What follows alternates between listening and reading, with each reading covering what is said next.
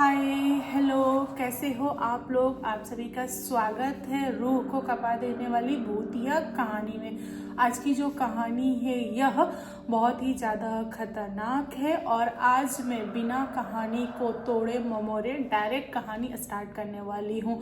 आज आप जिस आत्मा से मिलोगे उसकी बिल्कुल भी गलती नहीं थी, फिर भी उसको दुनिया छोड़ना पड़ा और वह आत्मा ऐसा तांडव मचाया कि घर परिवार के साथ साथ पूरा गांव तबाह हो गया था। उस आत्मा पे कंट्रोल पाना बहुत ज़्यादा मुश्किल हो गया। तो चलिए बिना देर किए कहानी को स्टार्ट करते हैं।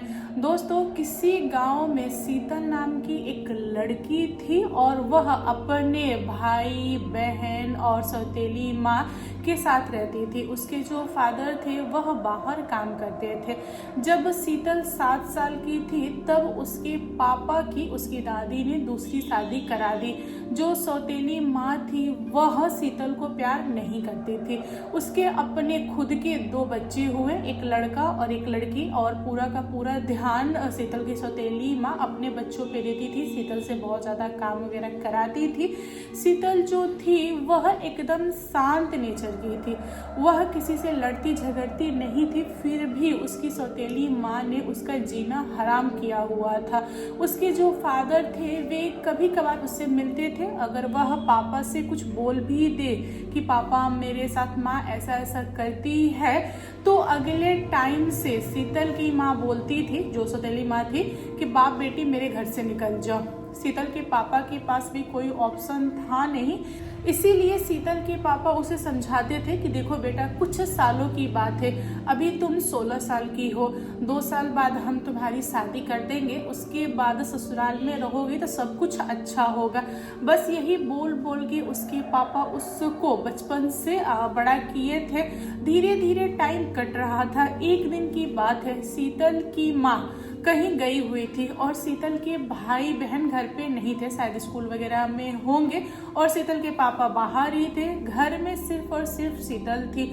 उसके यहाँ एक जोगी आता है, वही जोगी जो गांव में घूम घूम के भिक्षा मांगता है और उसको बहुत सारे जानकारी होती है जादू टोना तंत्र मंत्र वगैरह का। तो उस टाइप का एक इंसान आता है और वह बोलता है कि भिक्षा दो। दोस्तों, जोगी की आवाज जैसे ही शीतल ने सुना तो वह बाहर आई और उसने देखा जोगी को। तो उसने बोला कि देखिए बाबा, आप जहाँ से आए हैं वहाँ चले जाइए, क्योंकि यहाँ पे आपको कुछ भी नहीं मिलेगा। जो मेरी सौतेली माँ है वह घर पे नहीं है, अगर वह होती तो शायद आपको कुछ दे देती। बिना उसके मर्जी के मैं आपको कुछ भी नहीं दे सकती, आप चले जाइए। लेकिन जो जोगी था वह हटी था। उसने बोला कि नहीं, मुझे दिख रहा है तुम्हारे घर में अनाज है, थोड़ा सा अनाज दे दो, कुछ दाना ही दे दो, लेकिन दे दो। तब शीतल ने डर के मारे बोला कि देखिए, मैं आपको कुछ भी नहीं दे सकती, क्योंकि मेरी माँ को पता चल गया तो वह मेरा जीना हराम कर देगी, उल्टा मुझे मारेगी पीटेगी। मैं उससे बहुत डरती हूँ, आप किसी और के यहाँ से कुछ मांग लीजिए। लेकिन जोगी मानने के लिए तैयार नहीं था। आखिरी में शीतल ने थोड़ी सी तेज आवाज करके बोला कि देखिए, मैं आपको कुछ भी नहीं दूंगी, अगर आपको जाना है तो जाइए, नहीं जाना है तो यहीं बैठे रहिए। इतना सुनने के बाद से वह जोगी आगे बढ़ गया। उसने शीतल को कुछ भी नहीं बोला। वह पूरे गांव में घूम घूम के मांगा। उसके बाद से वह जहां से आया था वहां जाने लगा। इवनिंग का समय था और शीतल को पता नहीं क्या हुआ कि वह भी बिना किसी को बताए उस जोगी के पीछे हो चली। गांव में किसी ने भी उसको नहीं देखा। शीतल की माँ को नहीं पता चला कि वह कहाँ गई। शीतल अचानक से उस गांव से गायब हो गई। अब गांव में लोगों ने शीतल को ढूंढा और शीतल की सौतेली माँ बहुत ज्यादा खुश हो गई। उसने पूरे गांव में यह हल्ला कर दिया कि शीतल किसी के साथ भाग गई है, तभी तो शीतल नहीं मिल रही है, और शीतल के पापा है नहीं तो उसको कौन ढूंढेगा। अगल बगल के गांव में ढूंढा गया लेकिन वह मिली नहीं। यहाँ पर शीतल की कहानी खत्म हो गई। गांव में भी उसका कोई चर्चा नहीं किया। लोगों ने उसके बारे में उल्टा बुरा ही सोचा। किसी ने अंदाजा नहीं लगाया कि शीतल के ऊपर कोई जादू टोना हुआ होगा, वह किसी के साथ चली गई होगी, उसका जो मति है ना, दिमाग, उसको किसी ने मार लिया होगा। ऐसा किसी के भी दिल और दिमाग में कुछ भी नहीं आया। क्योंकि किसी ने जोगी के साथ जाते हुए देखा नहीं था। दोस्तों, शीतल को घर छोड़ के गए हुए साल 1.5 साल बीत गए थे। शीतल का कोई भी नाम नहीं लेता था। एक दिन अचानक से शीतल अपने घर वापस आ गई। जैसे ही उसकी सौतेली माँ ने उसे देखा, उनका जो गुस्सा था वह फूट गया और उन्होंने पूछा शीतल से कि तुमको आती हुई किसी ने देखा क्या गांव में? तब शीतल बोली कि नहीं, मैंने खुद का चेहरा ढक लिया था, उसके बाद मैं आई हूँ। तब शीतल की माँ ने शीतल को कमरे में ले जाके उसको बहुत ज़्यादा उल्टा सीधा बोला, पूछा भी कि कहाँ गई थी, तुमने क्या किया, इतने दिनों तक कहाँ रही, मेरी नाक कटाने के लिए आई है क्या? मतलब ऐसे वैसे बहुत सारे फालतू शब्दों का यूज किया उन्होंने। तब शीतल ने बोला कि देखिए माँ, मेरे पास कोई रास्ता नहीं था, मैं कहाँ जाती, मुझे कुछ भी मालूम नहीं था, इसीलिए मैं घर लौटी हूँ और इन साल 1.5 साल के बीच में क्या हुआ मुझे कुछ भी याद नहीं है। अभी मैं घर पे आई हूँ और मैं माँ बनने वाली हूँ। इतना सुनने के बाद से शीतल की सौतेली माँ का दिमाग चकरा गया और उन्होंने शीतल को इतना सुनाया कि शीतल बहुत ज़्यादा गुस्से में थी, काफ़ी ज़्यादा रोए भी जा रही थी, क्योंकि एक्चुअल में उसके साथ क्या हुआ था उसको कुछ भी याद ही नहीं था। वह काफ़ी समय तक रोई, घर वालों ने उसको खाना वगैरह कुछ भी नहीं दिया।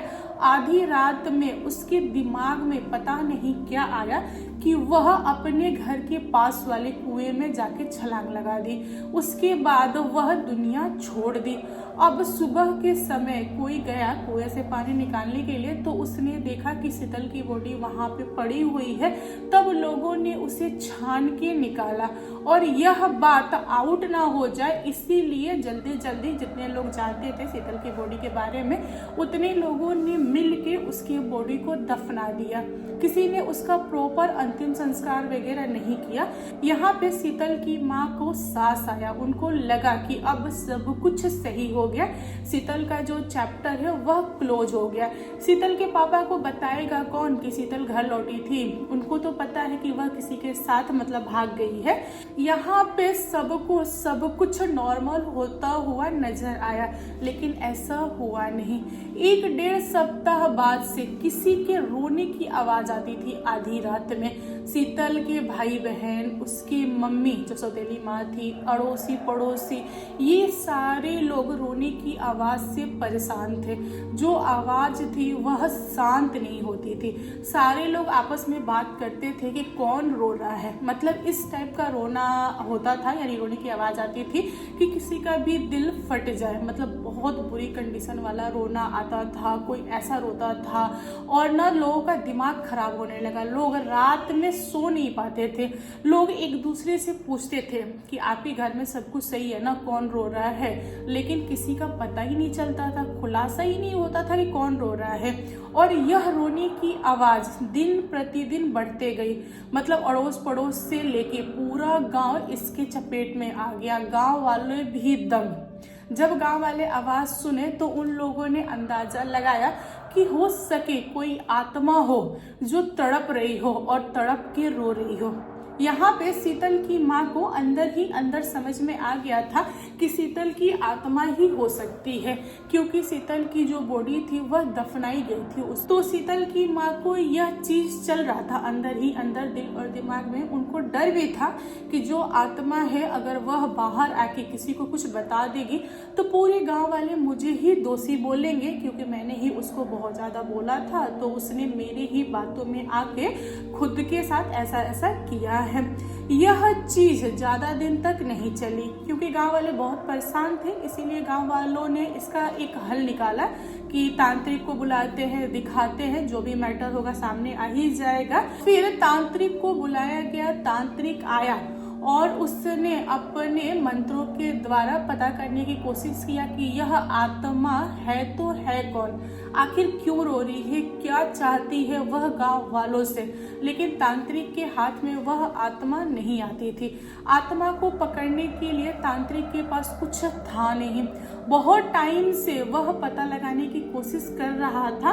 उसको नहीं समझा। फिर उसने अपने गुरु को बुलाया और अपने जितने भी तांत्रिक भाई होते हैं उन सबको बुलाया और गांव के बीच में बैठ के चक्र बना के जो भी ध्यान वगैरह वे लोग लगाते हैं वह सब कुछ लगाया। उसके बाद उन सारे लोगों ने मिल के पता लगाया कि उस कुएं से आवाज आती है, कोई आत्मा है जो उस कुएं में रहती है और वह रात में निकलती है और पूरे गांव में टहल टहल के रोती है, यानी कि घूमते हुए रोती है।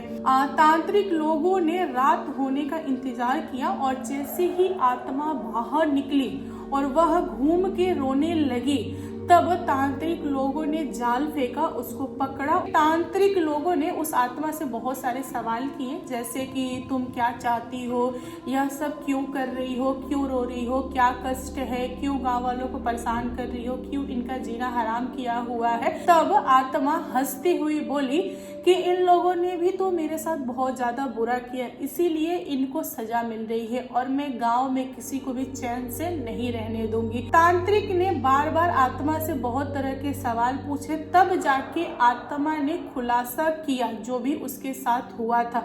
उसने बताया कि मुझे नहीं पता कि मेरे साथ क्या हुआ, मैं साल 1.5 साल कहाँ रही, मुझे बिल्कुल भी उसका ज्ञान नहीं है। मुझे जो चीज याद है वह आखिरी चीज यह है कि मेरे यहाँ जोगी आया हुआ था, उसने मुझसे सामान मांगा और मैंने उसको मना किया, बस मुझे इतना ही याद है, इसके आगे का कुछ भी याद नहीं है। एक दिन जब मैं सो के उठी तब मुझे पता चला कि मैं प्रेग्नेंट हूँ, तो मैं कहाँ जाती, इसी की वजह से मैं अपने घर रिटर्न आई। तो मेरी सौतेली माँ ने मुझे अपनाया नहीं, उन्होंने बहुत ज़्यादा गाली गलौज वगैरह दिया और उन्होंने मुझे मजबूर किया कि मैं खुद के साथ कुछ उल्टा सीधा कर लूँ। बस यही चीज़ है, इसमें मेरी सौतेली माँ बहुत ज़्यादा दोषी है, उनकी वजह से सब कुछ हुआ है, तो मैं उनको नहीं छोड़ूंगी। जब तांत्रिक लोगों ने यह दुख भरी कहानी सुनी उस आत्मा का, तब उन लोगों को समझ में आ गया कि सारा खेल करने वाला वह जोगी इंसान था जो घूम घूम के भिक्षा मांग रहा था और इस लड़की ने डर के मारे अनाज नहीं दिया तो वह क्रोधित होके इसका मति मार लिया और अपने साथ इसको रखा। जब उसका उद्देश्य पूरा हो गया, मतलब जिस काम के लिए लेके गया था, उसके बाद उसने इसको छोड़ दिया। बेचारी क्या करती, अगर घर नहीं आती तो कहाँ जाती, उस बच्चे को कहाँ रखती, कैसे जन्म देती। वह तो बेचारी मजबूर थी, प्लस बहुत ही कम एज की लड़की थी, इसीलिए घर लौट के आई क्योंकि उसके पास कोई ऑप्शन नहीं था।